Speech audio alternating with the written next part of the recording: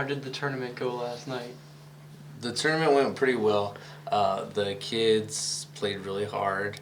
We didn't get the wins we wanted, but we played a team we'd already played earlier in the season and lost to them pretty big, and we played them really close. So that was really good for the kids to see improvement. And then we tried some things, had a little fun, trying some different techniques, a different strategy in some of the games. So they learned a lot, but they didn't quite get the placing they wanted to get. What do you think the team did well on?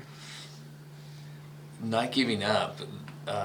We've had an instance when we get behind, we kind of go, oh no, here we're in trouble, and start playing frantic. And last night the kids never gave up. They kept playing hard all the way through. They fought till the bitter end. So it was pretty good to see that and see their improvement over the year. What were some things that you wish went better? That went better? We just had little tiny mistakes that cost us here and there. We have a bad pass, not boxing out, just little things that cost us the game. You know, a few points here, a few points there, and it adds up really quickly. How has the season gone for the B team?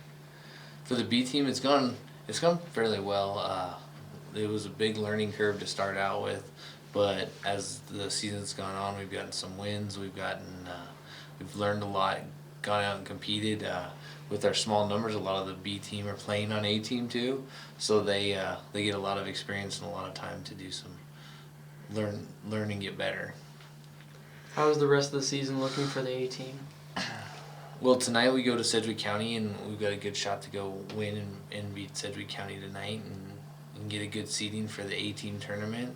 And then we play Sterling on Thursday, and again going to get another good win there, boost our confidence going into the end of the season, where we head into the A team tournament. I think there's a couple teams that are really good, but I think they're not teams we can't beat. What has been the best part about working with these kids?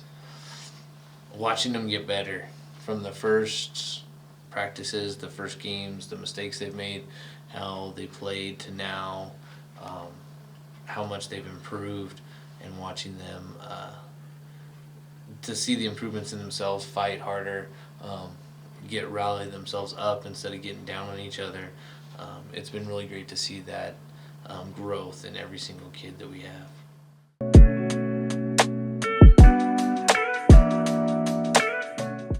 Good afternoon, Kai. Hi, we are Tuff. here to interview you for the Holyoke FFA Chapter Speaking night. So, first question, what did you compete in and how did you do? So I competed in extemporaneous, and I placed second overall out of the 3 people. So what is extemporaneous speaking? Extemporaneous is quite a bit different than prepared speaking.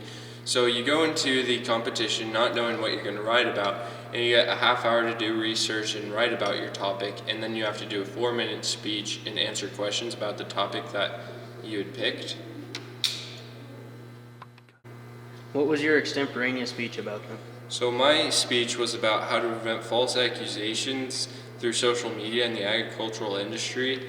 Basically, there's been many accounts throughout modern times of how people are trying to convince that the agricultural industry is wrong and is doing wrong things, and my speech was just about how to prevent accusations like such. So what's the next step in your extemporaneous speaking competition? So me and Max Cleve get to go on to the district competition because he placed first and I placed second, so the top 2 people get to move on to districts. And if either of us win the district competition, then we move on to state. And then after that, if we were to win state, it would be a national competition. What is one thing you learned about yourself, being that this is your first time competing in this competition? So I learned how hard it could be to gauge what 4 minutes feels like, because you actually, when you are saying your speech, it has to be at least 4 minutes long, and they dock points if it isn't, but it's kind of hard to dictate what that 4 minutes feels like during your speech, so you kind of have to make sure that you wrote down enough information before you go on to say your speech so that you can make sure that you have all the time. So what other competitions took place at the chapter speaking night? So there was, along with the extemporaneous, there's prepared speaking, which you are prepared with a speech before you do the speech, right?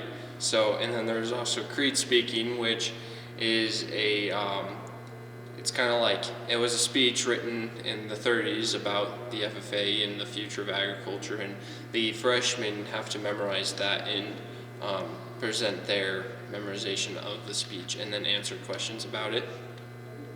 And that was the competitions there.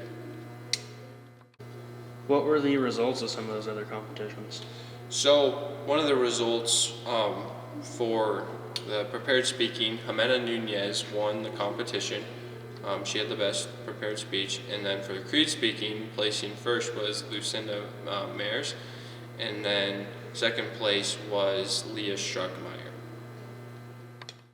Would you recommend competing in these competitions to next year's FFA members? Yeah, it's a really fun experience, and prepared speaking is a really good skill to have. It is the #1 fear in the United States, and to eliminate that fear will put you ahead of a lot of people.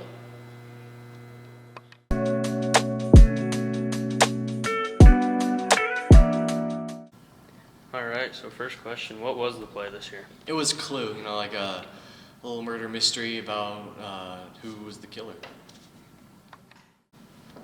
So what was like the plot line in this play?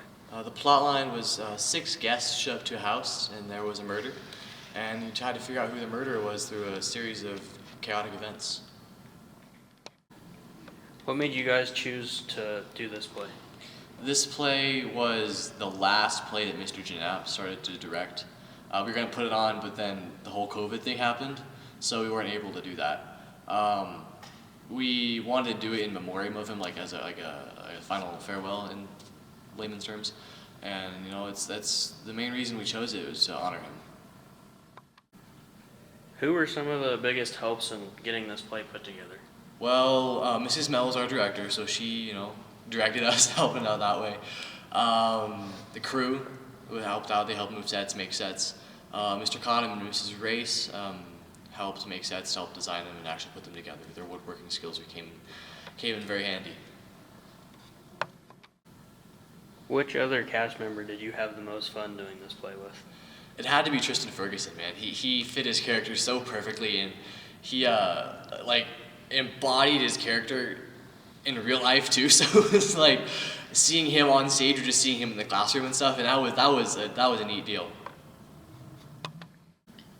Do you guys have another play in the works? A musical on I think it's April 22nd and 23rd. We don't know what it's going to be yet, but there's for sure going to be one there.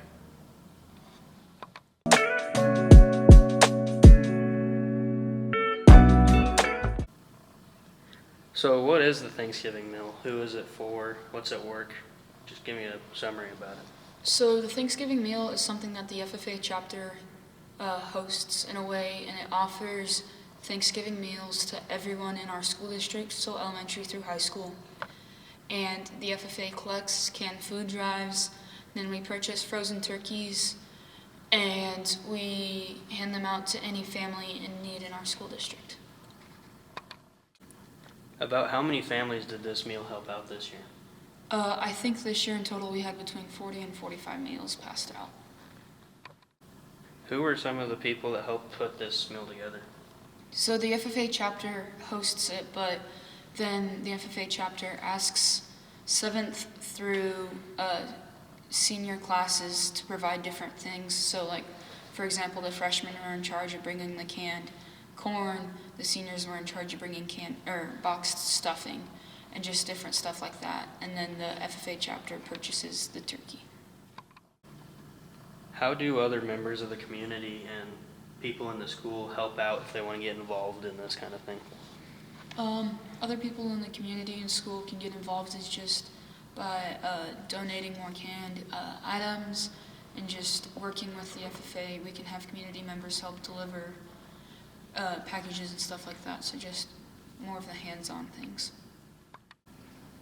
How long has the FFA been sponsoring this Thanksgiving event? The FFA program has been sponsoring this for about 6 years, from starting when Mrs. Stricker took over.